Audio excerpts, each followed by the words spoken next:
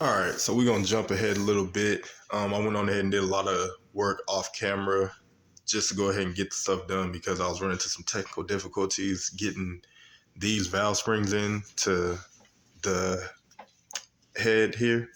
And the reason why was because I didn't have a valve spring compressor tool, like I said.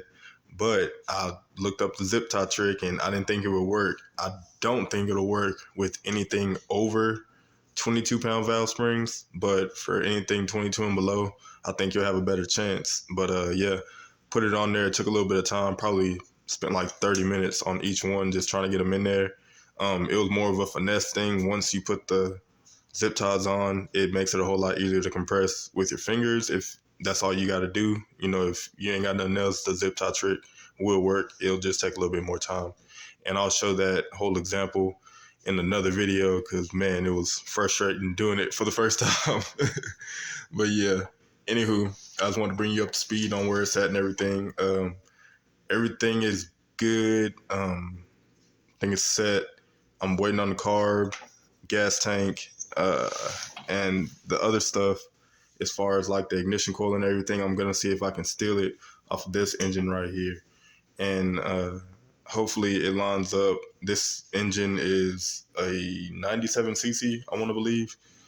That's what it is. But some of the things line up, like the valve cover gasket and shit like that. It's just small stuff. So I was thinking maybe the coil might be able to work on this coil, but maybe not. We'll see. I know it's definitely going to be a smaller flywheel and things of that nature flowing on it, so it might not have as big of one that would actually even fit onto the Predator.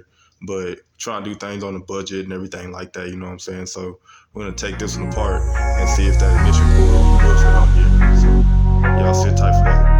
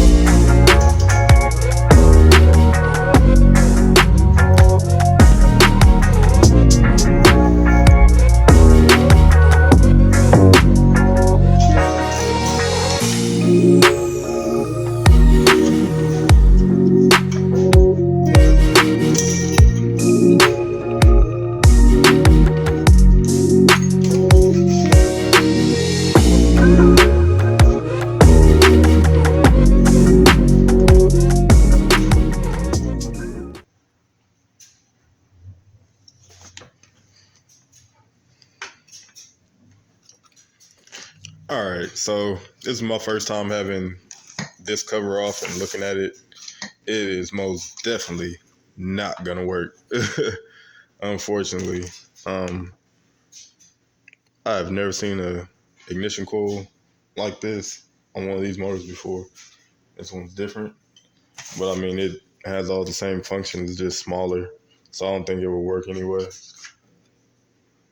So looks like that's one more thing I'll be adding to the list is an ignition coil along with the other couple goodies. Wow.